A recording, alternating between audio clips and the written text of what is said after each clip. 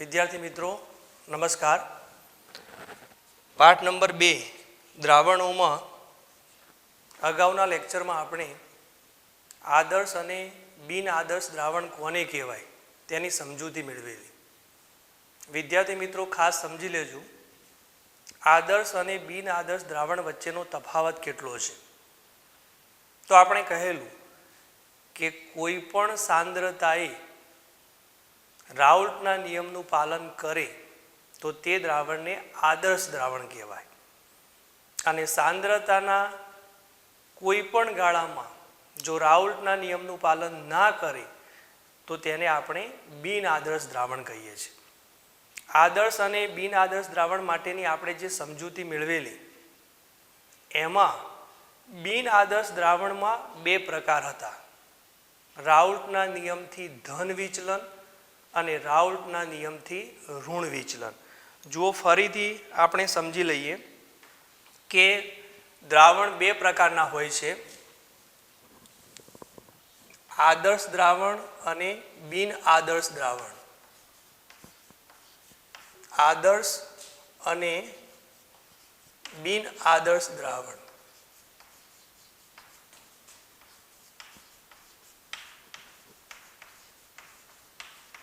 જેમાં બિન આદર્શ દ્રાવણ છે તેના આપણે બે પ્રકારો સમજેલા, એક રાઉલ્ટના નિયમથી ધન વિચલન અને બીજું રાઉલ્ટના નિયમથી ઋણ વિચલન। તો આપણે જે ધન વિચલન અને ઋણ વિચલન સમજવું છે, ધન વિચલન અને ઋણ વિચલન।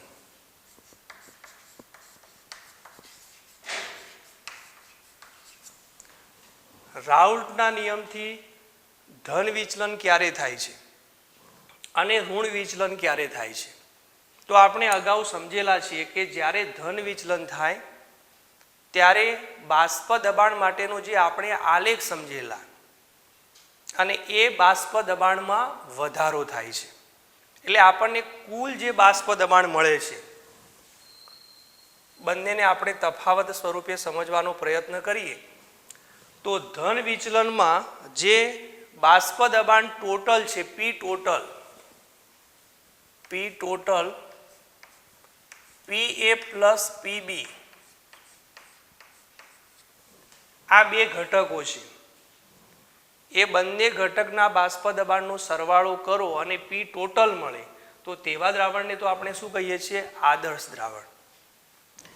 પરંતુ જ્યારે બંને ઘટકોના બાષ્પ દબાણનો સરવાળો કરો અને તેનું મૂલ્ય કુલ જે બાષ્પ દબાણ મળે છે એ કુલ બાષ્પ દબાણનું મૂલ્ય કાં તો વધી જાય કાં તો ઘટી જાય તો તેવા દ્રાવણને આપણે શું કહીએ છીએ? બિન આદર્શ દ્રાવણ। તો અહીંયા ધન વિચલનમાં શું થતું હશે તો કે કુલ બાષ્પ દબાણનું મૂલ્ય બંને ઘટકોના બાષ્પ દબાણ કરતાં વધે છે તો તે દ્રાવણને બિન આદર્શ દ્રાવણ કહેવાય, અને તેને આપણે ધન વિચલન કહીએ છીએ, ગ્રેટર દેન પી ટોટલનું મૂલ્ય એ બંને ઘટકોના બાષ્પ દબાણ કરતાં વધારે હશે। એવી જ રીતે ઋણ વિચલન માટે આપણે એવું કહીએ છીએ કે પી ટોટલ લેસ દેન પીએ પ્લસ પીબી, બંને ઘટકોના બાષ્પ દબાણનો સરવાળો કરવામાં આવે અને પી ટોટલ લેવામાં આવે તો પી કુલ બાષ્પ દ્રાવણનું કુલ બાષ્પ દબાણ બંને ઘટકોના બાષ્પ દબાણના સરવાળા કરતાં ઓછું થશે તો તેવા વિચલનને આપણે શું કહીએ છીએ? ઋણ વિચલન। હવે જ્યારે ધન વિચલન થાય એટલે બાષ્પ દબાણમાં વધારો થાય છે, એટલે કે અહીંયા બંધ તૂટવાની વાત છે, નવા બંધ બનતા નથી, બંધનું જે જોડાણ છે એ બંધનું જોડાણ ઘટે છે, એટલે અહીંયા બંધ તૂટે છે, અને બંધ તૂટે તો તે પ્રક્રિયાને આપણે કઈ પ્રક્રિયા કહીએ છીએ? ઉષ્મા શોષક પ્રક્રિયા। અહીંયા જે પ્રક્રિયા છે તે ઉષ્મા શોષક પ્રક્રિયા છે, અને ઉષ્મા શોષક પ્રક્રિયામાં ઉષ્માનું શોષણ થાય છે, એટલે આપણે ડેલ્ટા એચ નું મૂલ્ય વિચારીએ તો બંધ તૂટે તો તે પ્રક્રિયા ઉષ્મા શોષક બને છે, અહીંયા ઉષ્માનું શોષણ થાય છે। અને એવી જ રીતે અહીંયા બંધ નવા બને છે, બંધ બને છે એટલે ઉષ્માનું ઉત્સર્જન થાય છે, માટે ઉષ્માક્ષેપક પ્રક્રિયા છે। ડેલ્ટા એચ નું મૂલ્ય ધન મળે તો તે પ્રક્રિયાને આપણે ઉષ્મા શોષક પ્રક્રિયા કહીએ છીએ। ડેલ્ટા એચ નું મૂલ્ય ધન મળે તો તે પ્રક્રિયાને આપણે ઉષ્મા શોષક પ્રક્રિયા કહીએ છીએ। એટલે ડેલ્ટા એચ જ્યારે દ્રાવણ બને છે ત્યારે તેનું મૂલ્ય ગ્રેટર ધેન 0 હશે। અહીંયા ડેલ્ટા એચ જ્યારે દ્રાવણ બને ત્યારે તેનું મૂલ્ય 0 કરતાં નાનું હશે। એટલે પ્રક્રિયા અહીંયા ઉષ્માક્ષેપક હોવાથી લેસ ધેન 0 છે, ઋણ મૂલ્ય મળશે। અહીંયા ઉષ્મા શોષક પ્રક્રિયા હોવાથી જે આપણને ડેલ્ટા એચ એટલે કે ઉષ્માનો જે ફેરફાર છે એ ધન મળે છે। એટલે આ રીતે ધન વિચલનમાં બંધ તૂટે છે અને જેના કારણે આપણે કહીએ છીએ કે પ્રક્રિયા ઉષ્મા શોષક છે। અહીંયા બંધ વધારે મજબૂત બને છે એટલે આપણે કહીએ છીએ કે આ પ્રક્રિયા ઉષ્મા ક્ષેપક છે। હવે જ્યારે બે ઘટકોને ભેગા કરવામાં આવે એટલે આપણે એમ કહીએ છીએ કે એમની વચ્ચેનું જે આંતરઆણ્વીય આકર્ષણ બળ છે એ અને બી ઘટકનું આનું આકર્ષણ બળ એ બંને ઘટકો જ્યારે અલગ હતા ત્યારે તેમની વચ્ચેનું જે આકર્ષણ બળ છે, અહીંયા દ્રાવણ છે, અહીંયા બંને ઘટકો અલગ આપેલા છે, તો આનું આંતરઆણ્વીય આકર્ષણ બળ અને દ્રાવણ બન્યા પછીનું જે આકર્ષણ બળ છે એટલે આકર્ષણ બળમાં શું થશે તો અહીંયા આપણે કહ્યું કે બાષ્પ દબાણ વધે છે એટલે આકર્ષણ બળમાં ઘટાડો થશે। એટલે અહીંયા દ્રાવણ બને છે ત્યારે તેમની વચ્ચેનું આકર્ષણ બળ બંને ઘટકોના આકર્ષણ બળ કરતાં ઓછું થશે। અહીંયા બાષ્પ દબાણમાં કુલ બાષ્પ દબાણમાં અહીંયા વધારો થાય છે જ્યારે અહીંયા ઘટાડો થાય છે અને ઘટાડો થાય એટલે બંધ વધારે મજબૂત બને। એટલે આંતરઆણ્વીય આકર્ષણ બળ દ્રાવણનું આંતરઆણ્વીય આકર્ષણ બળ બંને ઘટકોના આકર્ષણ બળ કરતાં વધારે હશે। એટલે આપણે અહીંયા ગ્રેટર ધેન કરીએ છીએ અને ગ્રેટર ધેન કરીએ એનો અર્થ એ થાય છે કે દ્રાવણમાં રહેલા ઘટકોનું આકર્ષણ બળ જ્યારે બંને ઘટકો અલગ હતા તેના કરતાં આ જે આકર્ષણ બળ છે તેનું મૂલ્ય વધારે હશે। આપણે ઉદાહરણમાં પણ કહેલું છે કે ધન વિચલન ક્યારે થાય છે અને ઋણ વિચલન ક્યારે થાય છે। તો ઉદાહરણ તરીકે આપણે કહેલું કે નોર્મલ હેક્ઝેન અને ઇથેનોલ અને નોર્મલ હેક્ઝેન આ બંને ઘટકોને ભેગા કરવામાં આવે તો રાઉલ્ટના નિયમથી ધન વિચલન થાય છે। અને chloroform CH3 plus acetone CH3COCH3 તો અહીંયા બંને ઘટકો જે લેવામાં આવે છે તેમાં એસિટોન અને ક્લોરોફોર્મ તો આમાં જ્યારે C ડબલ બોન્ડ O આવે છે અહીંયા ક્લોરીન અને CH એટલે અબંધકારક ઇલેક્ટ્રોન યુગ્મને કારણે O અને H વચ્ચેનું આંતરઆણ્વીય આકર્ષણ બળ ઉદ્ભવે છે જેના કારણે અહીંયા ઘટકો અલગ હોય એના કરતાં દ્રાવણ બનાવે ત્યારે તેમની વચ્ચેનું આકર્ષણ બળ વધી જાય છે।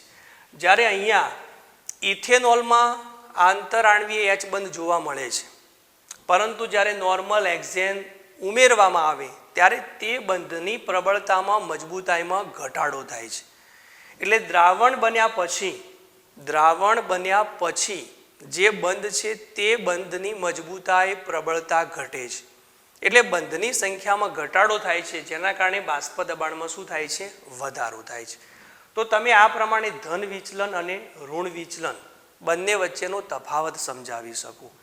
હવે કેટલીક બાબતો એવી છે કે બિન આદર્શ દ્રાવણમાં ધન વિચલન અથવા ઋણ વિચલન થાય તો બંનેમાં કઈ બાબતો સામાન્ય એટલે કે કોમન જોવા મળે છે એ પણ આપણે સમજવાનો પ્રયત્ન કરીએ।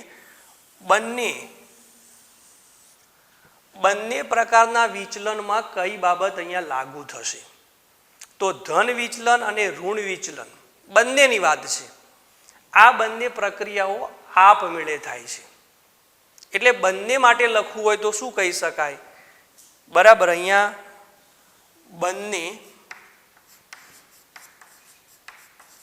બંને દ્રાવણો માટે તો બંને પ્રક્રિયા જો આપમેળે થતી હોય તો ડેલ્ટા જી એટલે કે મુક્ત ઉર્જામાં થતો ફેરફારનું મૂલ્ય ઋણ આવે છે. એટલે આપણે કહી શકીએ કે delta G less than 0 negative મૂલ્ય આવે છે, કારણ કે બંને પ્રક્રિયાઓ આપમેળે થાય છે. ત્યાર પછી આપણે બીજું પણ કહી શકીએ કે જ્યારે એક ઘટકમાં બીજો ઘટક ઉમેરવામાં આવે છે ત્યારે હંમેશા એન્ટ્રોપીમાં વધારો થાય છે. અને એન્ટ્રોપીમાં વધારો થાય છે માટે આપણે એ પણ કહી શકીએ કે ટી ડેલ્ટા એસ એન્ટ્રોપીમાં થતો ફેરફાર અને તેનું મૂલ્ય ગ્રેટર ધેન 0 આવે છે. ડેલ્ટા એસ એટલે એન્ટ્રોપીનો ફેરફાર. આપણે અગાઉ એક સૂત્ર ભણેલા છીએ, ડેલ્ટા જી બરાબર delta H minus T delta S. એટલે મુક્ત ઉર્જા માટેનું જે વિધેય છે G is equal to H minus T S, એટલે delta G is equal to delta H minus T delta S. એટલે એન્ટ્રોપીમાં વધારો થાય છે, એટલે ટી ડેલ્ટા એસનું મૂલ્ય એ પોઝિટિવ મળશે. અને એ રીતે આપણે આ જે બંને પ્રકારના વિચલન છે તેમાં આ બંને મૂલ્યો કોમન જોવા મળે છે. ડેલ્ટા જીનું મૂલ્ય ઋણ મળે છે અને ટી ડેલ્ટા એસનું મૂલ્ય ધન જોવા મળે છે.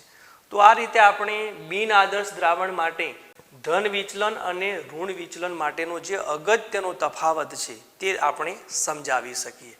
હવે અહીંયા જે ધન વિચલન અને જે ઋણ વિચલન છે તેના આધારે આપણે એક નવા ટોપિકની ચર્ચા કરવાની છે, જેનું નામ છે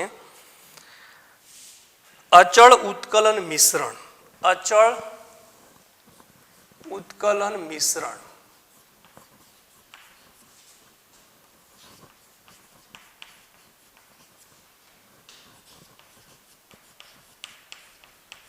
અચળ ઉત્કલન મિશ્રણ કે જેને આપણે એજિયોટ્રોપ તરીકે ઓળખીએ છીએ.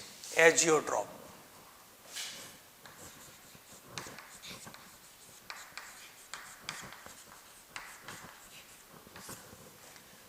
અહીંયા વિદ્યાર્થી મિત્રો ખાસ સમજવાનું છે કે જ્યારે બે ઘટકો ભેગા કરવામાં આવે અને જે મિશ્રણ બને છે તે મિશ્રણનું ઉત્કલન બિંદુ અચળ જોવા મળે છે. એટલે કે તે મિશ્રણ છે તે મિશ્રણ કોઈ એક ચોક્કસ તાપમાને જ ઉકળે છે. બે ઘટકો મિશ્ર કરેલા હોય, એ અને બી બંને ઘટકો છે, બંને ઘટકોનું ઉત્કલન બિંદુ જુદું જુદું હશે, પણ બંને ઘટકો જ્યારે ભેગા કરવામાં આવે છે ત્યારે જે દ્રાવણ બને છે તે દ્રાવણ એટલે કે મિશ્રણ અને તેનું ઉત્કલન બિંદુ અચળ હોય છે. આ કયા પ્રકારના દ્રાવણો છે કે જેમાં અચળ ઉત્કલન મિશ્રણ એટલે કે આ દ્રાવણનું ઉત્કલન બિંદુ અચળ જોવા મળે છે? તો એજિયોટ્રોપ કોને કહેવાય? તો પ્રવાહી અને બાષ્પ અવસ્થાના સંઘટન સરખા હોય. પ્રવાહી અને બાષ્પ અવસ્થાના સંઘટન સરખા હોય.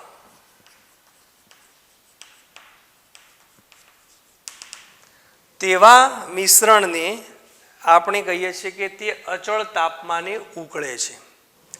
જે મિશ્રણ અથવા જે દ્રાવણ છે તેમાં પ્રવાહી અને બાષ્પ અવસ્થાના સંઘટન સરખા હોય એટલે તે અચળ તાપમાને ઉકળે છે. અચળ તાપમાને ઉકળે છે એટલે આપણે તેને અચળ ઉત્કલન મિશ્રણ કહીએ છીએ. દાખલા તરીકે આપણે એક ઉદાહરણ સાથે સમજીએ કે ઇથેનોલ અને પાણી છે. ઇથેનોલ C2H5OH પ્લસ પાણી 96% અને 4%. પાઠ્યપુસ્તકમાં 95% આપેલું છે. ઇથેનોલ અને પાણી આ બંને ઘટકોને મિશ્ર કરવામાં આવે તો તેવા મિશ્રણને અચળ ઉત્કલન મિશ્રણ કહેવાય, એઝિયોટ્રોપ કહેવાય. કેમ? તો એનું કારણ છે કે ઇથેનોલ અને પાણીના મિશ્રણને ગરમ કરવામાં આવે ત્યારે તેમની વચ્ચે જે બંધ છે તેની મજબૂતાઈમાં કોઈ જ ઘટાડો થતો નથી. આપણે સમજીએ કે C2H5OH આ પ્રવાહી અવસ્થામાં છે. હવે તેમાં આ પ્રકારનું આકર્ષણ બળ હશે. C2H5OH અને H ની સાથે O જોડાશે, OH2. તેને સામાન્ય તાપમાને ગરમ કરો એટલે આ પ્રકારનો બંધમાં કોઈ જ ફેરફાર થતો નથી. હવે તેને વધારે ગરમ કરો એટલે મિશ્રણ ઉકળશે, ઉત્કલન. આપણે કહીએ છીએ કે જે તાપમાને દ્રાવણ ઉકળવાની શરૂઆત કરે તેને આપણે ઉત્કલન બિંદુ કહીએ છીએ. તે ઘટનાને આપણે ઉત્કલન કહીએ છીએ. તો અહીંયા જ્યારે થોડાક વધારે ટેમ્પરેચરે ગરમ કરો ત્યારે પણ C2H5OH OH2 બાષ્પ અવસ્થા, અહીંયા પ્રવાહી અવસ્થા છે, અહીંયા બાષ્પ અવસ્થા છે. કારણ કે મિશ્રણ ઉકળવાની શરૂઆત કરે છે, ઉત્કલન બિંદુએ ઉકળવાની શરૂઆત કરે છે. અહીંયા પણ બંને ઘટકો અલગ થવાનો પ્રયત્ન કરતા નથી. એટલે સામાન્ય રીતે આપણે ગુજરાતીમાં એમ કહીએ છીએ કે મરતે દમ તક આ બંને ઘટકો ભેગા રહેવાનો પ્રયત્ન કરે છે. અને એટલા માટે આ બંને ઘટકોને ભેગા કરવામાં આવે અને જે મિશ્રણ બને છે તે મિશ્રણનું ઉત્કલન બિંદુ અચળ જોવા મળે છે. આ બંને ઘટકોનું ઉત્કલન બિંદુ જુદું જુદું છે, પરંતુ એનું જે મિશ્રણ બને છે તે મિશ્રણનું ઉત્કલન બિંદુ અચળ જોવા મળે છે. આવા દ્રાવણને આપણે એઝિયોટ્રોપ એટલે કે અચળ ઉત્કલન મિશ્રણ કહીએ છીએ. વળી આમાં પણ એક મહત્વની બાબત સમજવાની છે કે આજે આપણને એઝિયોટ્રોપ મળ્યું છે તે રાઉલ્ટના નિયમથી ધન વિચલન અને ઋણ વિચલન એમ બે પ્રકારના આપણે જે દ્રાવણો છે તે સમજીએ તો અહીંયા જે મિશ્રણ આપણે મૂકેલું છે તે રાઉલ્ટના નિયમથી ધન વિચલન દર્શાવે છે. હવે રાઉલ્ટના નિયમથી ધન વિચલન દર્શાવે એનો અર્થ એમ થયો હશે કે આ બંને ઘટકોને મિશ્ર કરવામાં આવે તો તેના બાષ્પ દબાણમાં વધારો થયો હશે. અને આપણે એમ પણ કહીએ છીએ કે જે શુદ્ધ દ્રાવક અથવા દ્રાવણ જે તાપમાને ઉકળવાની શરૂઆત કરે તેને આપણે ઉત્કલન બિંદુ કહીએ છીએ. આ આપણે સામાન્ય ભાષામાં કહીએ છીએ. પણ જો એનાથી સારી રીતે આપણે સમજીએ તો એમ કહેવાય છે કે જે તાપમાને પ્રવાહી આપેલા પ્રવાહીનું બાષ્પ દબાણ 1 બાર થાય, જે તાપમાને આપેલા પ્રવાહીનું બાષ્પ દબાણ 1 બાર થાય તે તાપમાને તેનું ઉત્કલન બિંદુ કહેવાય. તો અહીંયા બાષ્પ દબાણમાં વધારો થાય છે. એનો અર્થ એમ થાય કે બંને ઘટકો અલગ હતા અને બંને ઘટકોને મિશ્ર કરતા તેના બાષ્પ દબાણમાં વધારો થાય છે. એટલે તેમની વચ્ચેનો જે બંધ શરૂઆતમાં જે મજબૂત હતો, અલગ અલગ હતા ત્યારે, અને ભેગા કરવાથી તેમાં આંતરઆણ્વીય આકર્ષણ બળમાં ઘટાડો થાય છે. એટલે અહીંયા રાઉલ્ટના નિયમથી ધન વિચલન આવે તો આપણે સમજી શકીએ કે બંને ઘટકોના ઉત્કલન બિંદુ સામાન્ય રીતે બંનેને મિશ્ર કરવાથી જે ઉત્કલન બિંદુ મળતું હોવું જોઈએ તેના કરતાં ઉત્કલન બિંદુમાં થોડો ઘટાડો થશે. એટલે અહીંયા આપણે એને કહીએ છીએ કે રાઉલ્ટના નિયમથી ધન વિચલન આવે તો તેને નિમ્નતમ ઉત્કલન એઝિયોટ્રોપ કહે છે.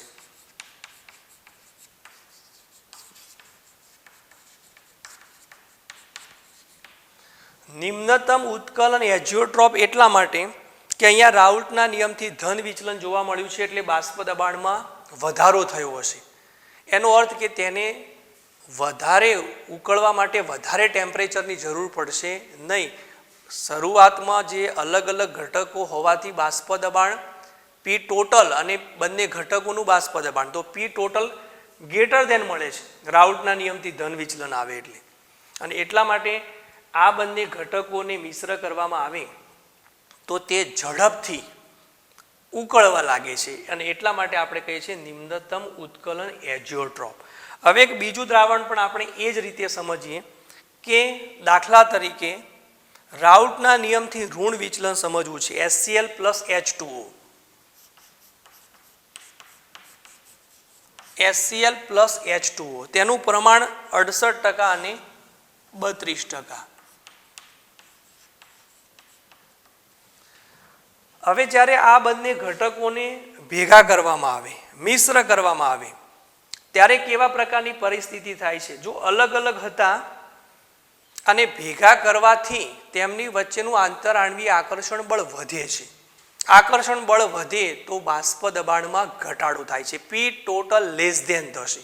અહીંયા ગ્રેટર ધેન હતું, અહીંયા P total less than PA plus PB. કેમ?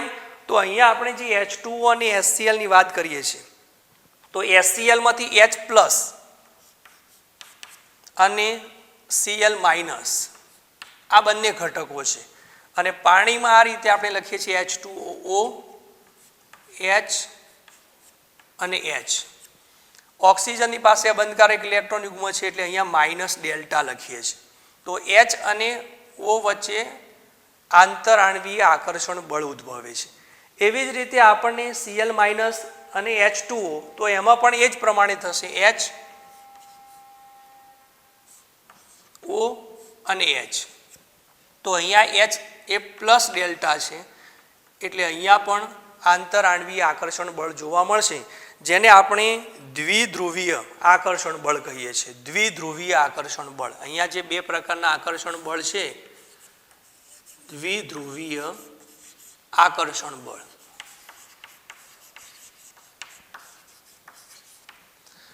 હવે દ્વિધ્રુવીય આકર્ષણ બળને કારણે જ્યારે મિશ્ર કરવામાં આવે ત્યારે તેના બાષ્પ દબાણમાં ઘટાડો થાય છે. એનો અર્થ કે તેને ઉકળતા થોડોક સમય જશે. દબાણ એક બાર કરવાનું છે, ભેગા કરવાથી બાષ્પ દબાણમાં ઘટાડો થાય છે એટલે એને વધારે ગરમ કરવું પડશે. અને એટલા માટે આપણે કહીએ છીએ કે આ જે દ્રાવણ છે તે રાઉલ્ટના નિયમથી ઋણ વિચલન દર્શાવે છે. રાઉલ્ટના નિયમથી ઋણ વિચલન. રાઉલ્ટના નિયમથી ઋણ વિચલન. પણ આ બંને દ્રાવણો છે એને આપણે અચળ ઉત્કલન મિશ્રણ એટલે કે એઝિયોટ્રોપ કહીએ છીએ.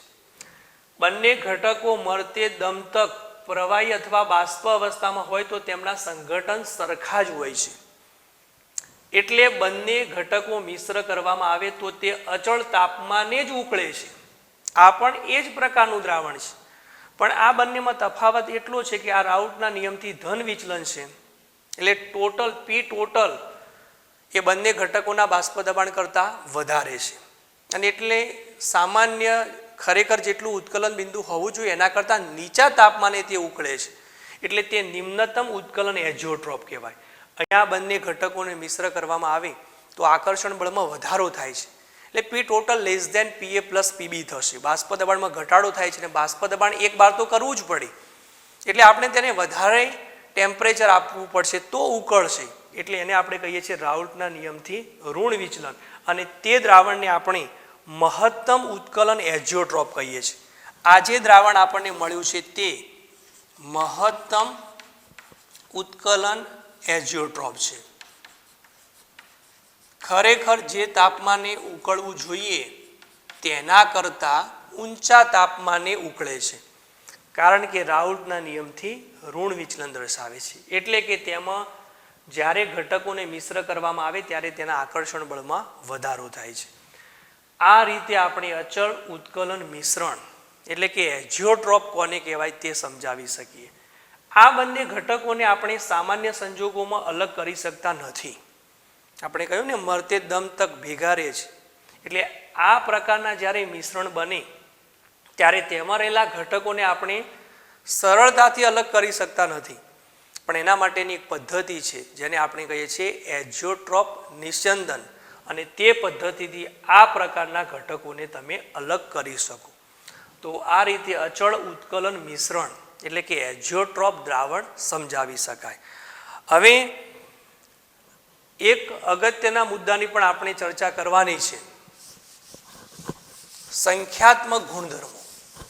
અને એ સંખ્યાત્મક ગુણધર્મો કોને કહી શકાય, સંખ્યાત્મક ગુણધર્મોમાં કેવા પ્રકારનો ફેરફાર થાય છે તે પણ આપણે સમજવું છે.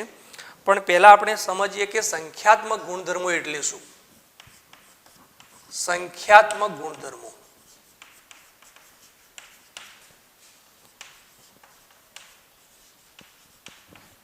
અહીંયા લખેલું છે સંખ્યાત્મક ગુણધર્મો. તો એના માટે આપણે એમ કહી શકીએ કે જે ગુણધર્મો સંખ્યા પર આધાર રાખે તેવા ગુણધર્મોને સંખ્યાત્મક ગુણધર્મો કહેવાય. પણ કોની સંખ્યા પર? તો જ્યારે દ્રાવણ બને ત્યારે તેમાં બે ઘટકો હશે, એક શુદ્ધ દ્રાવક અને તેના અંદર ઉમેરેલો દ્રાવ્ય પદાર્થ.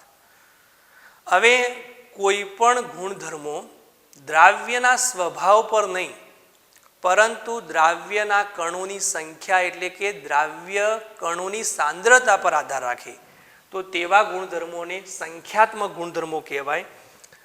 વ્યાખ્યા આપણે આ રીતે સમજાવી શકીએ કે જે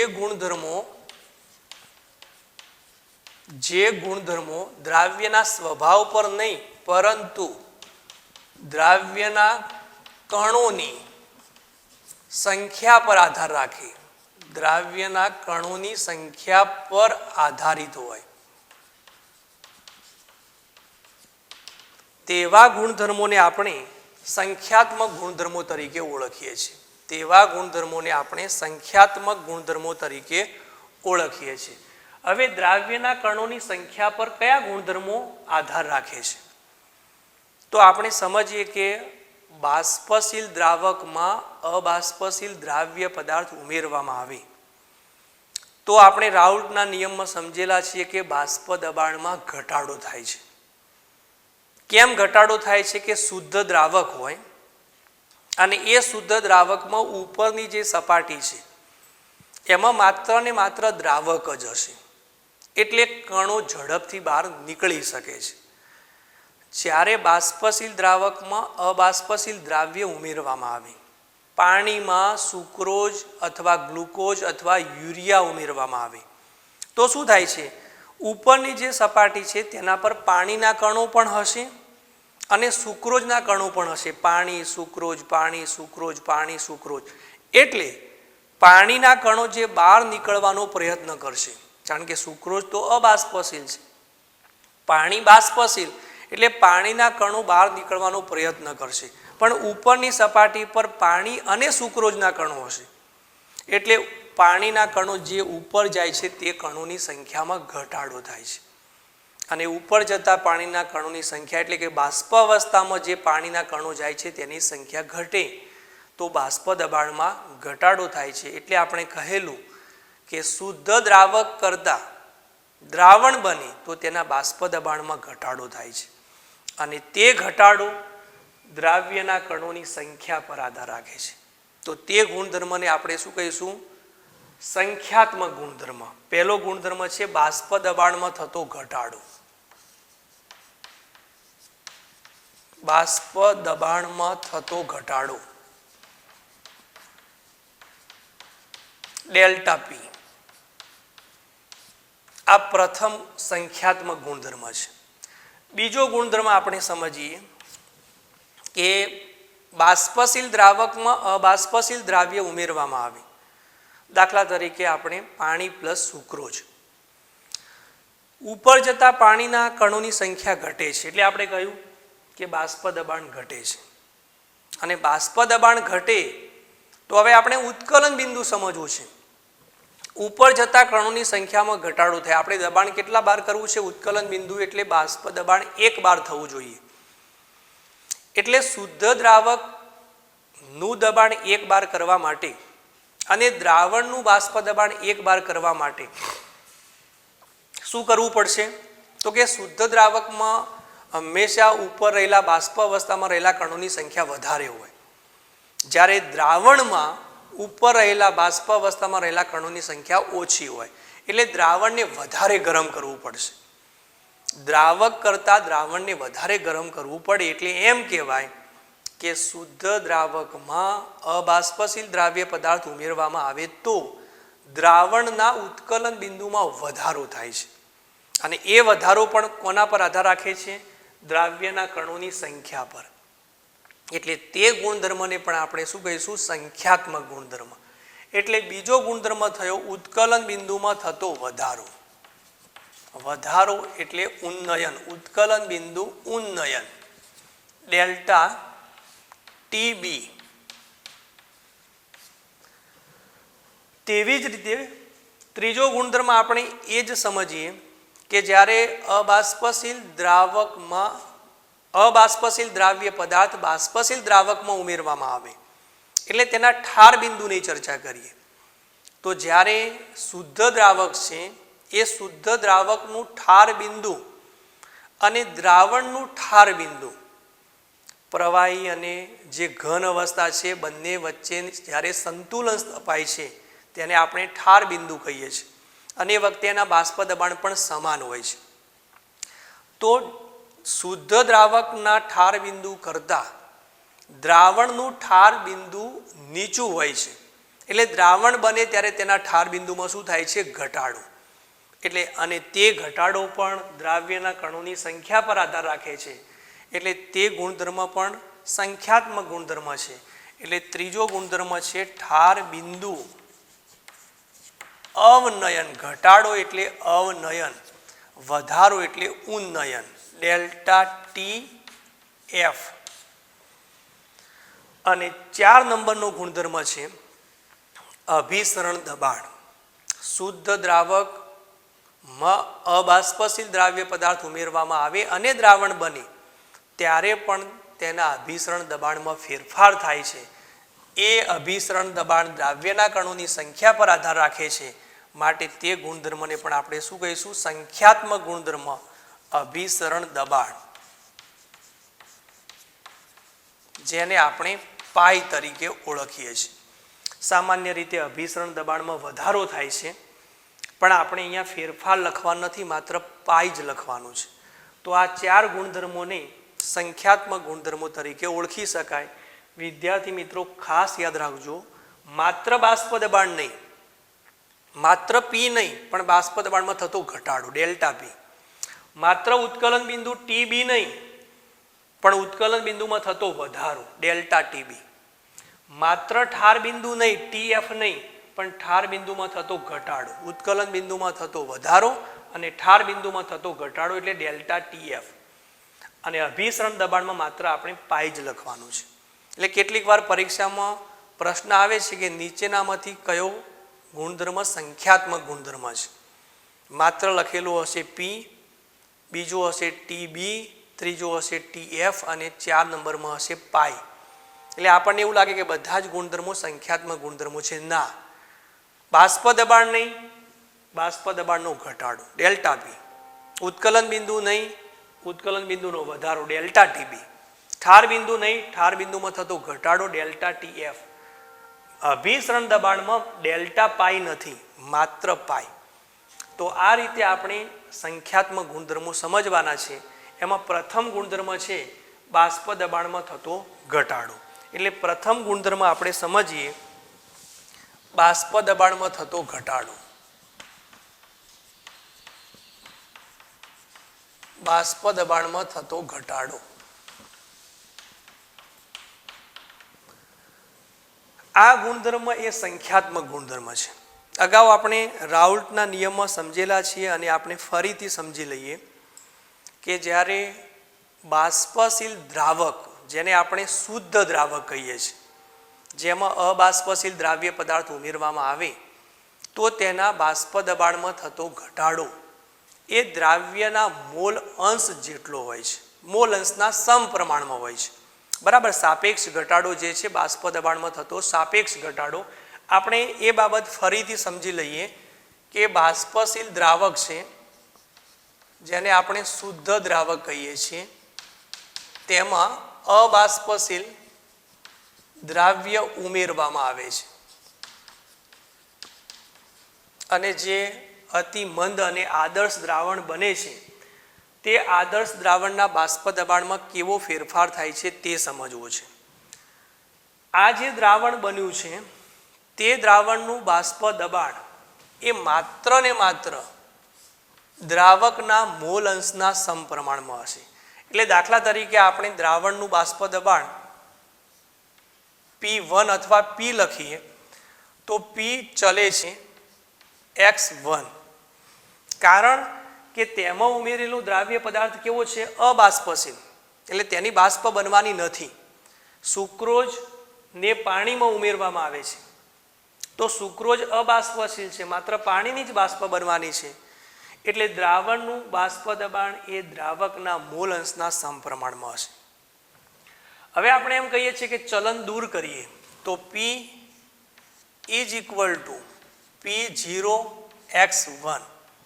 અગાઉ આપણે સમજેલા છે, ફરીથી સમજી લેજો કે P0 એટલે આપણે દ્રાવક માટે 1 લખીએ છીએ, બરાબર. P10 તો P10 એ શું દર્શાવે છે? શુદ્ધ દ્રાવકનું બાષ્પ દબાણ, અને આ x1 એટલે દ્રાવકના મોલ અંશ. હવે P10 એ આપણે આ બાજુ લાવીએ તો શું થાય છે? P ભાગાકારમાં P10 બરાબર x1 થાય છે. અને આ જે સમીકરણ મળ્યું છે તેને આપણે 1માંથી બાદ કરી દઈએ તો 1 માઇનસ P ભાગાકારમાં P10 બરાબર 1 માઇનસ x1. 1 માઇનસ x1 એટલે આપણે શું લખીએ છીએ? દ્રાવકના મોલ અંશ. 1માંથી દ્રાવકના મૂલ અંશ બાદ કરીએ તો બીજા ઘટકના મૂલ અંશ મળે, કારણ કે બંને ઘટકોના મૂલ અંશનો સરવાળો 1 હોય છે. તો અહીંયા આપણને શું મળશે? x2. અહીંયા P10 માઇનસ P ભાગાકારમાં P10 બરાબર x2 થાય છે. આને આપણે રાઉલ્ટનો નિયમ કહીએ છીએ. અને આપણે કહેલું આ શુદ્ધ દ્રાવકનું બાષ્પ દબાણ છે, આ દ્રાવણનું બાષ્પ દબાણ છે. દ્રાવણ બને ત્યારે બાષ્પ દબાણમાં ઘટાડો થાય છે. શુદ્ધ દ્રાવકનું બાષ્પ દબાણ વધારે હોય છે, દ્રાવણનું બાષ્પ દબાણ ઓછું હોય છે. એટલે એમ કહી શકાય બાષ્પશીલ દ્રાવકમાં અબાષ્પશીલ દ્રાવ્ય પદાર્થ ઉમેરી મંદ અને આદર્શ દ્રાવણ બનાવવામાં આવે તો દ્રાવણના બાષ્પ દબાણમાં થતો સાપેક્ષ ઘટાડો અથવા શુદ્ધ દ્રાવકના બાષ્પ દબાણમાં થતો સાપેક્ષ ઘટાડો એ દ્રાવ્યના મોલ અંશ જેટલો હોય છે. એટલે એમ કહેવાય કે બાષ્પ દબાણમાં થતો ઘટાડો કોના પર આધાર રાખે છે? દ્રાવ્યના મોલ અંશ. અને દ્રાવ્યના મોલ અંશ એટલે શું? દ્રાવ્યના કણોની સાંદ્રતા અથવા દ્રાવ્યના કણોની સંખ્યા. એટલા માટે આપણે એમ કહીએ છીએ કે બાષ્પ દબાણમાં થતો ઘટાડો એ સંખ્યાત્મક ગુણધર્મ છે. કોની સંખ્યા પર આધાર રાખે છે? દ્રાવ્યના કણોની સંખ્યા ઉપર. અને એટલે આ જે ગુણધર્મ છે બાષ્પ દબાણ નહીં પણ બાષ્પ દબાણમાં થતો ઘટાડો એ સંખ્યાત્મક ગુણધર્મ એટલે કે દ્રાવ્યના કણોની સંખ્યા પર આધાર રાખે છે. હવે આપણે હજુ આગળ x2 એટલે શું? બીજા ઘટકના મોલ અંશ એટલે n2 n1 પ્લસ n2 ઘટક 2ના મોલ ભાગાકારમાં કુલ મોલ.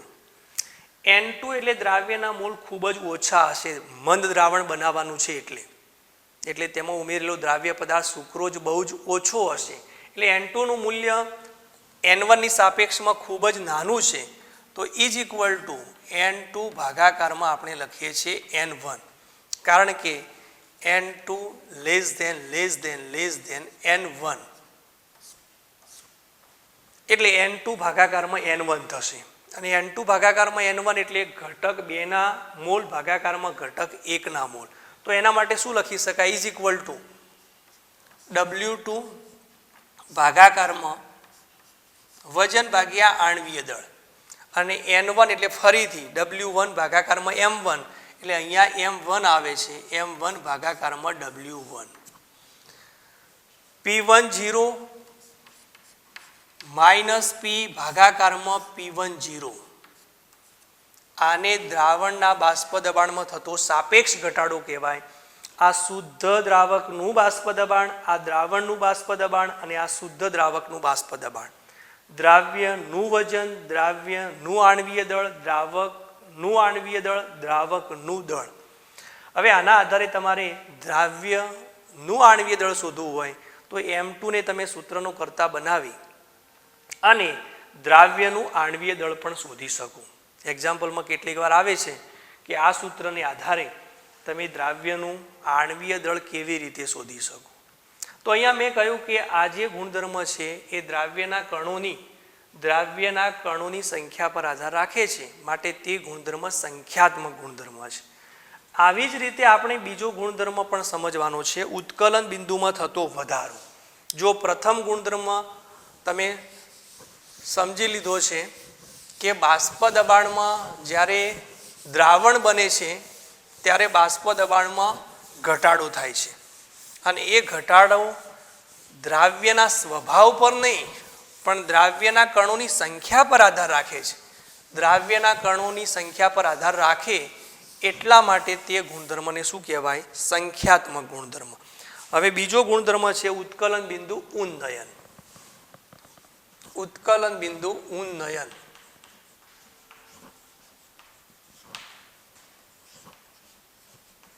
Delta TB. બોઇલ એટલે ઉકળવું. પહેલા આપણે સમજવું પડે કે ઉત્કલન બિંદુ કોને કહેવાય અને પછી ઉત્કલન બિંદુ ઉન્નયન એ સંખ્યાત્મક ગુણધર્મ શા માટે છે તે સમજવું પડે. ઉત્કલન બિંદુ માટે આપણે સામાન્ય રીતે એવું કહીએ છીએ કે કોઈ પણ શુદ્ધ દ્રાવક અથવા દ્રાવણ જે તાપમાને ઉકળવાની શરૂઆત કરે તે ટેમ્પરેચરને ઉત્કલન બિંદુ કહેવાય. એનાથી આપણે વિશેષ રીતે સમજીએ તો એમ કહેવાય કે જે તાપમાને શુદ્ધ દ્રાવક અથવા દ્રાવણનું બાષ્પ દબાણ એક વાતાવરણ હોય, એક બાર અથવા એક વાતાવરણ, સામાન્ય રીતે આપણે એમ કહીએ છીએ કે એક બાર બરાબર, પરંતુ એક વાતાવરણના સંદર્ભમાં બારનું મૂલ્ય 1.013 થાય છે. એક બાર એક વાતાવરણ ઇઝ ઇક્વલ ટુ 1.013 બાર. એટલે એમ કહેવાય કે જે તાપમાને શુદ્ધ દ્રાવક અથવા દ્રાવણનું બાષ્પ દબાણ એક વાતાવરણ અથવા 1.013 બાર હોય તો તે ટેમ્પરેચરને તેનું ઉત્કલન બિંદુ કહેવાય.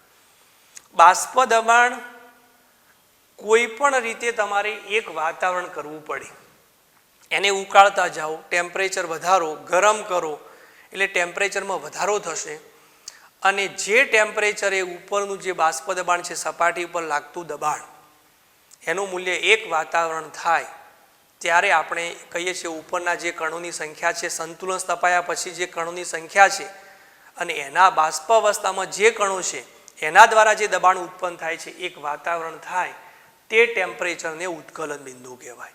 હવે આપણે જે ઉત્કલન બિંદુમાં એમ કહીએ છીએ કે અબાષ્પશીલ દ્રાવ્ય પદાર્થ બાષ્પશીલ દ્રાવકમાં ઉમેર્યો છે. હમણાંની જેમ જ બાષ્પશીલ દ્રાવક તેમાં અબાષ્પશીલ દ્રાવ્ય પદાર્થ ઉમેર્યો છે. અબાષ્પશીલ દ્રાવ્ય પદાર્થ. પાણીમાં તમે સુક્રોઝ, ગ્લુકોઝ અથવા યુરિયા ઉમેરો તો તેના ઉત્કલન બિંદુમાં કેવા પ્રકારનો ફેરફાર થતો હશે? પાણીનું ઉત્કલન બિંદુ આપણે જાણીએ છીએ કે 200°C તાપમાને પાણી ઉકળે છે એટલે 373.15 કેલ્વિન આપણે કહીએ છીએ. પાણીનું ઉત્કલન બિંદુ બાષ્પશીલ દ્રાવક અથવા શુદ્ધ દ્રાવક છે. શુદ્ધ દ્રાવક તરીકે આપણે પાણી લઈએ તો તેનું ઉત્કલન બિંદુ 373.15 કેલ્વિન છે અને આ ટેમ્પરેચરે એમ કહેવાય કે પાણીની સપાટી પર બાષ્પ અવસ્થામાં જે પાણીના કણો છે એના દ્વારા જે દબાણ છે તે દબાણનું મૂલ્ય એક વાતાવરણ અથવા 1.013 બાર થાય છે અને એટલા માટે આપણે તેને ઉત્કલન બિંદુ કહીએ છીએ T0B. દ્રાવક માટે આપણે 0 લખીએ છીએ. ટેમ્પરેચર ઓફ બોઇલિંગ શુદ્ધ દ્રાવક સોલ્વન્ટ માટે 373.15 કેલ્વિન. હવે તેના અંદર આપણે અબાષ્પશીલ દ્રાવ્ય ઉમેરીએ એટલે આપણે દ્રાવણ બને છે દ્રાવણ. તો દ્રાવણના ઉત્કલન બિંદુની વાત કરવી હોય TB તો તેનું મૂલ્ય કેટલું હશે તે આપણે સમજવાનો પ્રયત્ન કરીએ. આના કરતાં વધારે હશે કે આના કરતાં ઓછું હશે? તો હવે જ્યારે શુદ્ધ દ્રાવકમાં અબાષ્પશીલ દ્રાવ્ય ઉમેરવામાં આવે ત્યારે સપાટી ઉપર પાણીના કણો હશે અને સુક્રોઝના કણો હશે. એટલે સપાટી છોડીને ઉપર જતા પાણીના કણોની સંખ્યામાં ઘટાડો થશે. જ્યારે દ્રાવ્ય ઉમેરવામાં આવે ત્યારે આપણે કહેલું છે કે બાષ્પ દબાણ ઘટે છે, ઉપર જતા કણોની સંખ્યા ઓછી થઈ જાય છે. તો હવે આપણે દબાણ બાષ્પ દબાણ તો એક બાર કરવાનું છે, એક વાતાવરણ કરવાનું છે. તો એનો અર્થ એમ થાય કે દ્રાવ્ય ઉમેરવાથી બાષ્પ દબાણ ઘટે તો ઉત્કલન બિંદુ એટલે કે તેનું જે બાષ્પ દબાણ છે એક વાતાવરણ કરવા માટે તેને વધારે ગરમ કરવું પડે, વધારે ઉકાળવું પડે. એટલે એમ થાય કે તેને ટેમ્પરેચર વધારે આપવું પડે. એટલે ઉત્કલન બિંદુમાં શું થાય છે? વધારો. 373.15 કેલ્વિન તાપમાને પાણી ઉકળે છે, પણ દ્રાવ્ય પદાર્થ ઉમેરવામાં આવે તો આટલા ટેમ્પરેચરે ઉકળશે નહીં, ઉકળવાની શરૂઆત કરશે નહીં, કારણ કે તેમાં સુક્રોઝ, ગ્લુકોઝ અથવા યુરિયા ઉમેર્યો છે. એટલે ઉપર જતા કણોની સંખ્યા ઘટશે અને ઉપર જતા કણોની સંખ્યા ઘટે તો દબાણમાં ઘટાડો થાય. આપણે એક વાતાવરણ દબાણ કરવું છે તો આના કરતાં આમાં એક વાતાવરણ કરવા માટે પાણી કરતાં તેને વધારે ગરમીની જરૂર પડશે, એટલે તેને વધારે ટેમ્પરેચરની જરૂર પડશે. એટલે કે ઉત્કલન બિંદુમાં શું થાય છે? વધારો. તો દ્રાવણનું ઉત્કલન બિંદુ એ T0B કરતાં વધારે હશે. T0B કરતાં વધારે 373.15 કેલ્વિન કરતાં વધારે છે. એટલા માટે આપણે કહીએ છીએ કે દ્રાવણના ઉત્કલન બિંદુમાં શું થયો છે? વધારો. અને આ ઉત્કલન બિંદુમાં થતો વધારો એ દ્રાવ્યના કણોની સંખ્યા પર આધાર રાખે છે. કેવી રીતે? તો એ પણ આપણે સમજવાનો પ્રયત્ન કરીએ કે દાખલા તરીકે 1 કિગ્રા અથવા 1000 ગ્રામ 1 kg પાણી પ્લસ 1 મોલ સુક્રોઝ 342 ગ્રામ સુક્રોઝ ઉમેરીએ 1 મોલ. બીજું દ્રાવણ લઈએ કે જેમાં 1 kg પાણી પ્લસ 1 મોલ ગ્લુકોઝ લઈએ 180 ગ્રામ.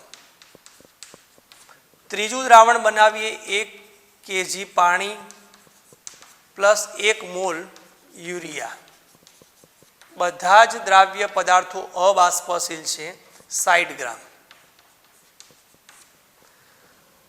તો આ ત્રણ દ્રાવણો બનાવ્યા છે. શુદ્ધ દ્રાવકનું ઉત્કલન બિંદુ 373.15 કેલ્વિન છે. દ્રાવણ A, દ્રાવણ B અને દ્રાવણ C ત્રણેયના ઉત્કલન બિંદુમાં શું થશે? વધારો.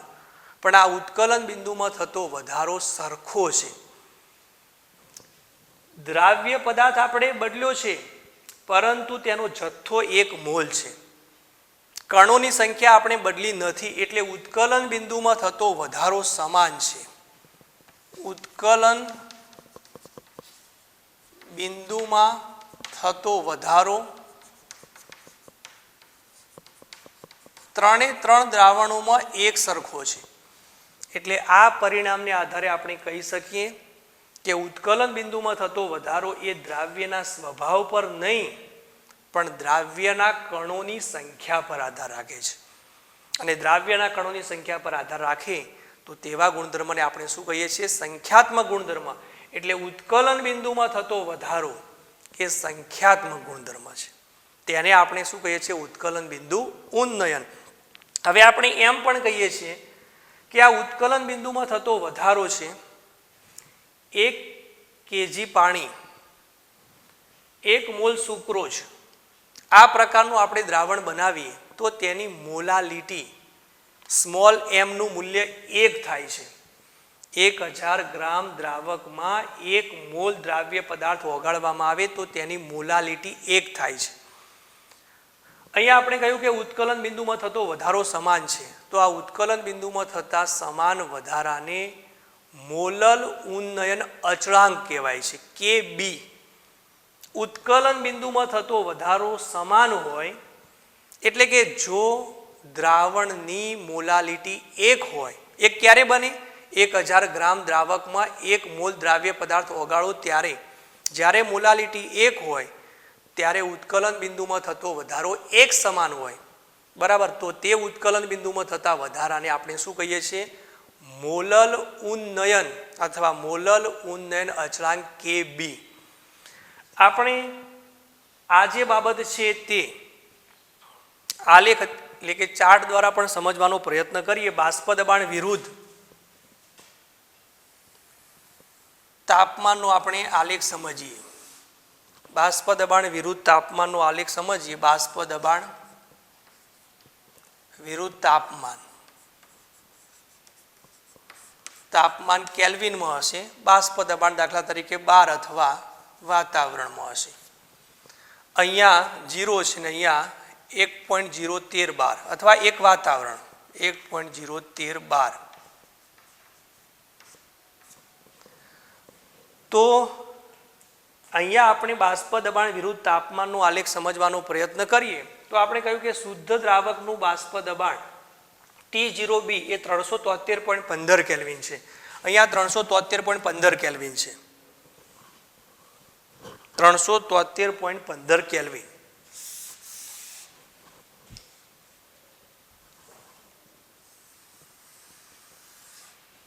અહીંયા 373.15 કેલ્વિન છે એટલે પાણી એ તાપમાને ઉકળે છે અને જે તાપમાને ઉકળે ક્યારે ઉકળશે? કે જેનું બાષ્પ દબાણ 1 બાર થશે ત્યારે. તો તે ટેમ્પરેચરને આપણે કહીએ છીએ T0B, જેનું મૂલ્ય આપણને ખબર છે 373.15 કેલ્વિન. આને કહીએ છીએ T0B, શુદ્ધ દ્રાવકનું ઉત્કલન બિંદુ. તેના અંદર તમે દ્રાવ્ય પદાર્થ ઉમેરો ત્યારે દ્રાવણ બને છે. એ દ્રાવણના ઉત્કલન બિંદુમાં શું થાય છે? વધારો. એટલે તેનું બાષ્પ દબાણ 1 બાર કરવા માટે તેના કરતાં વધારે ગરમ કરવું પડશે. દાખલા તરીકે આ 373.15 છે પણ તેના કરતાં વધારે દ્રાવણનું હશે જેને આપણે TB કહીએ છીએ, અને આ જે તફાવત મળે છે તેને આપણે કહીએ છીએ ડેલ્ટા TB. ઉત્કલન બિંદુમાં થતો ફેરફાર. અહીંયા આપણને જે મળ્યું છે તે કોના માટે મળ્યું છે? દ્રાવક માટે. દ્રાવક. અહીંયા આપણને જે મળ્યું છે કોના માટે મળ્યું છે? દ્રાવણ. તો અહીંયા દ્રાવક માટે T0B અને દ્રાવણ માટે TB. તો T0B કરતાં TB નું મૂલ્ય વધે છે. એટલે ઉત્કલન બિંદુમાં થતો ફેરફાર ડેલ્ટા TB બરાબર TB માઇનસ T0B. આ ખાસ યાદ રાખજો, બરાબર છે. Delta TB is equal two TB minus T0B. ઉત્કલન બિંદુમાં થતો વધારો આ રીતે શોધી શકાય છે, TB માઇનસ T0B. TB એટલે દ્રાવણનું ઉત્કલન બિંદુ અને T0B એટલે શુદ્ધ દ્રાવકનું ઉત્કલન બિંદુ. એ આપણે યાદ રાખવાનું છે. પાણી માટે 373.15 કેલ્વિન. એટલે આ રીતે ઉત્કલન બિંદુમાં થતો વધારો શોધી શકાય. અહીંયા આપણે કહેલું કે ઉત્કલન બિંદુમાં થતો વધારો એટલે કે ફેરફાર એ સંખ્યાત્મક ગુણધર્મ છે. અબાષ્પશીલ દ્રાવ્ય પદાર્થને બાષ્પશીલ દ્રાવકમાં ઓગાળીને દ્રાવણ બનાવવામાં આવે તો તેના ઉત્કલન બિંદુમાં થતો વધારો તે દ્રાવ્યના કણોની સાંદ્રતા પર આધાર રાખે છે. એટલે કે દ્રાવણની મોલાલિટીના સમપ્રમાણમાં હોય છે. દ્રાવણની મોલાલિટીના સમપ્રમાણમાં ડેલ્ટા TB ચલે છે સ્મોલ m. એટલે દ્રાવ્ય કણોની સાંદ્રતા પર આધાર રાખે છે. અને મોલાલિટી જો આપણે ચલન દૂર કરીએ તો delta TB is equal to KB ગુણાકારમાં એમ થશે. આ કેબીને કહેવામાં આવે છે મોલલ ઉન્નયન અચળાંક. મેં તમને હમણાં જ કહ્યું કે દ્રાવણની મોલાલિટી એક જ હોય તો ઉત્કલન બિંદુમાં થતો વધારો એક સમાન હોય અને ઉત્કલન બિંદુમાં થતા વધારાને શું કહેવાય? મોલલ ઉન્નયન અથવા મોલલ ઉન્નયન અચળાંક. મોલાલિટીનું સૂત્ર તમે જાણો છો તો delta TB is equal to શું થશે? Delta TB is equal to KB ગુણાકારમાં W2 1000 ભાગાકારમાં M2 ગુણાકારમાં W1. મોલાલિટી એટલે દ્રાવ્યના મોલ ગુણ્યા 1000 ભાગાકારમાં W1 એટલે દ્રાવકનું વજન. દ્રાવણ નહીં પરંતુ દ્રાવકનું વજન. આ રીતે તમે ઉત્કલન બિંદુમાં થતો વધારો શોધી શકો. અહીંયા અગાઉની જેમ દ્રાવ્યનું આણ્વીય દળ શોધવું હોય તો તમે M2 ને સૂત્રનું કરતા બનાવો તો M2 ઇઝ ઇક્વલ ટુ દ્રાવ્યનું આણ્વીય દળ શોધી શકાય. M2 is equal to KB ગુણાકારમાં W2 ગુણાકારમાં 1000 ભાગાકારમાં ડેલ્ટા ટીબી ગુણાકારમાં W1. આ રીતે દ્રાવ્યનું આણ્વીય દળ પણ તમે શોધી શકો. અહીંયા આપણને ઉત્કલન બિંદુમાં થતો વધારો, કેટલીક વાર તમને પ્રશ્ન આવે કે દ્રાવણનું ઉત્કલન બિંદુ શોધો તો દ્રાવણનું ઉત્કલન બિંદુ આપણને સીધી રીતે નહીં મળે. પહેલાં દ્રાવણના ઉત્કલન બિંદુમાં થતો વધારો એટલે કે ફેરફાર મળશે અને એ ફેરફારને આધારે તમે દ્રાવણનું ઉત્કલન બિંદુ શોધી શકો. અહીંયા આપણે મોલલ ઉન્નયન અચળાંક લખ્યો છે. પાણી માટે તો તેનું મૂલ્ય નક્કી છે 0.51 kelvin into kilogram into mall inverse. કેટલીક વાર પરીક્ષામાં પ્રશ્ન પણ આવે છે કે કેબીનો એસઆઈ પદ્ધતિમાં એકમ કયો છે? કેબી. કેએફ માટે પણ આવે છે અને કેબી માટે પણ આવે છે. તો kelvin into kilogram into mall inverse. ઠાર બિંદુ અવનયનમાં પણ આપણે સમજીશું કેએફનો એકમ પણ એ જ થાય છે. કેવી રીતે? તો તમે અહીંયા કેબીને સૂત્રનો કરતા બનાવો તો કેબી ઇઝ ઇક્વલ ટુ શું થશે? ડેલ્ટા ટીબી ગુણાકારમાં M2 ગુણાકારમાં W1 ભાગાકારમાં W2 ગુણાકારમાં 1000. કેબી માટે આ સૂત્ર થાય છે KB is equal to delta TB ગુણાકારમાં M2 W1 ભાગાકારમાં W2 1000. ઉત્કલન બિંદુમાં થતો ફેરફાર એ કેલ્વિનમાં હશે. W1 અને W2 બંનેના એકમો સરખા છે એટલે નીકળી જશે. આનો એકમ ગ્રામ પ્રતિ મોલ છે પણ અહીંયા ભાગાકારમાં 1000 છે. બરાબર. એટલે ગ્રામ અહીંયા 1000 ને આપણે સમજીએ તો ગ્રામ અહીંયા ગ્રામ પ્રતિ મોલ લખીએ છીએ. આણ્વીય દળ ગ્રામ પ્રતિ મોલ એટલે એના સંદર્ભમાં મોલ ઇન્વર્સ થશે પણ ગ્રામ અહીંયા 1000 છે માટે આપણે શું લખીએ છીએ? Kilogram. Kelvin into kilogram into mall inverse. તો આ રીતે ઉત્કલન બિંદુમાં થતો જે વધારો છે તે સમજાવી શકાય અને તે વધારો પણ દ્રાવ્યના કણોની સંખ્યા પર આધાર રાખે છે માટે તે ગુણધર્મને પણ આપણે શું કહીશું? સંખ્યાત્મક ગુણધર્મ. બે સંખ્યાત્મક ગુણધર્મો આપણે ભણ્યા છીએ, બાષ્પ દબાણમાં થતો ઘટાડો અને ઉત્કલન બિંદુમાં થતો વધારો. હવે ત્યાર પછીના જે બીજા બે એકમો છે ઠાર બિંદુમાં થતો ઘટાડો અને અભિસરણ દબાણ એ આપણે ત્યાર પછીના લેક્ચરમાં ભણીશું.